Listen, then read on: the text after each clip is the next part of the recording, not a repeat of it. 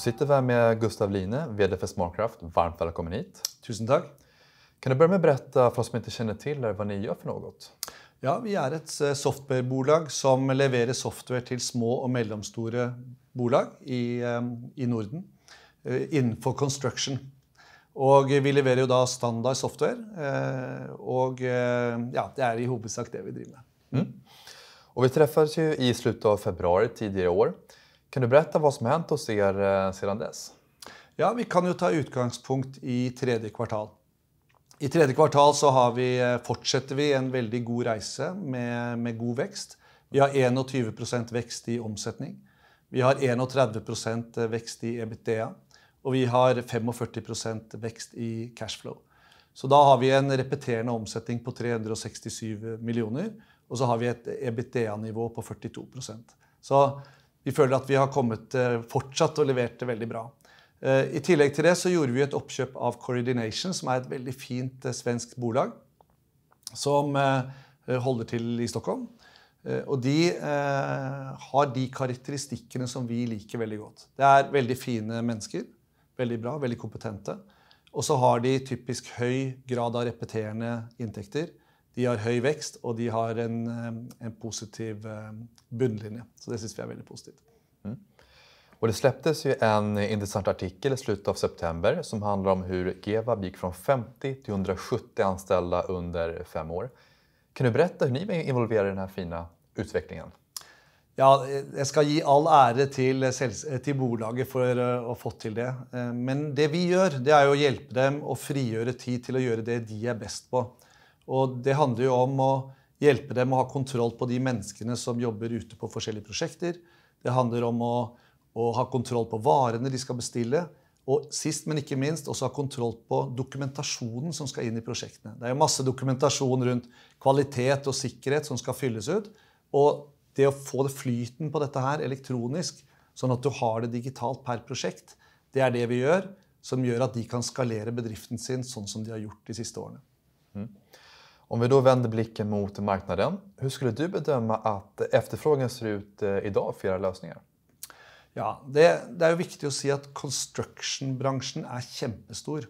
Och hvis du ser på, och när du läser avisene så ser man ju att oj, det är väldigt nedgång innanför construction. Det gäller ju nybygg. Det är ju nybyggsektorn, det är arkitekter, det är de stora entreprenörselskapene som sliter. Mens på eksisterende bygg så är det ju fremdeles renovation, service, upgrade och vedlikehold som är det som må skje på disse byggene. Våra kunder är ju SMB-bedrifter som jobbar typisk mot eksisterende bygg och jobbar med renovation. Så när de upplever stor efterspørsel för det disse byggene må ju renoveras uansett. I tillegg til det så har vi väldigt många kunder som jobbar innenfor elektro och VVS. Och det är stor efterspørsel efter deras kompetens, fordi det är ju en energieffektivisering och en elektrifiering som sker i hela Europa. Så elektrikere och rørleggere, de är väldigt efterspurt i dagens marknad. Mm. Och ni ökar era intäkter samt antalet nya kunder. Kommer du kunna fortsätta den här fina utvecklingen med de resurserna ni har i dagsläget? Ja, det är ju det som är så fint när du har ett SaaS-bolag, alltså ett standardiserat software som är molnbasert. Fordi da kan du ju egentligen betjene väldigt många kunder med en standardiserad lösning. Och det att börja bruke Smartcraft, det är ju vårt mantra är ju att det ska vara enkelt att köpa, det ska vara enkelt att bruke lösningen och vi ska vara enkla att göra business med och hjälpa dig om du har utfordringar. Så vi kan skalera väldigt gott, det vill säga att intäkterna våra kommer till att öka raskare än kostnaderna våra framöver. Mm. Och omvärldsläget har varit ganska skakigt den senaste tiden då. Har ni påverkats något? Ja, som CEO så vill jag ju alltid önska att selskapet, jag menar vi kan alltid göra mer, men hvis du ser på värdivurderingen till Smartcraft så är vi upp cirka 20% i 2023. Det som kanske är viktigast av allt är att den situationen och det marknaden som vi är inne i nu da klarer investorene tydligere å se forskjellen på høykvalitetsbolag innenfor software og selskaper som er mer basert på fremtidsvisjoner og kanskje litt mer luftige vekstscenarioer.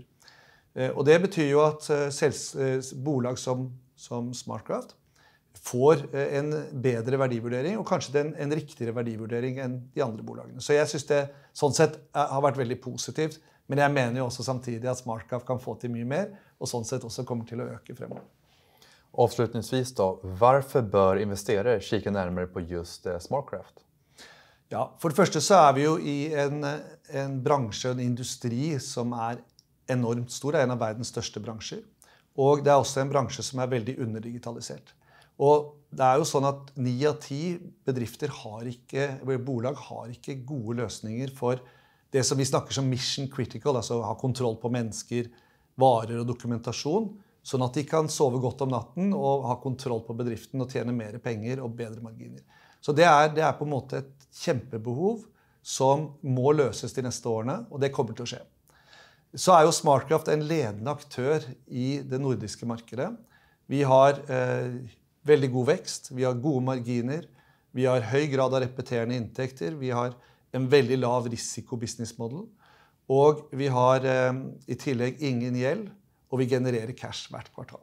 Så vi jo et selskap som har ambisjoner, både om å være ledende i Norden, men også innenfor det europeiske markedet, og vi har ganske gode muligheter for å kunne bli det. Men hvis du skal bli kjent med SmartCraft, så vil jeg anbefale å gå inn og sjekke våre sider, og også gå og se på den siste kvartalsrapporten, hvor vi har litt mer informasjon om selskapet. Stort tack Gustav för att du tog dig tid att komma hit idag, och intressant att höra mer om SmartCraft, och lycka till framöver. Tusen takk.